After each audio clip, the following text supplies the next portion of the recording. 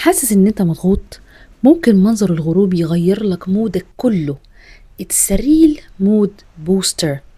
الغروب مش مجرد منظر جميل، دي لحظة سكون، لحظة سكينة. tranquility. There is so much tranquility in this moment. في سكينة كبيرة جدا في اللحظة دي. وكمان الهدوء الخارجي ده بيتنقل لنا، بيبقى هدوء داخلي. serenity. مش لازم يكون حواليك هدوء، لكن يكون في جواك راحة.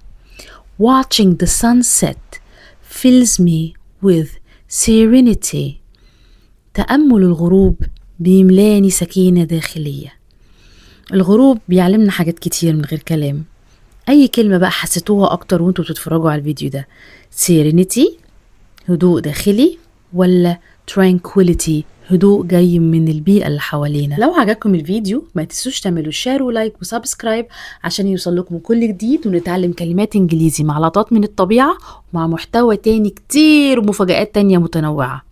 شكرا لكم.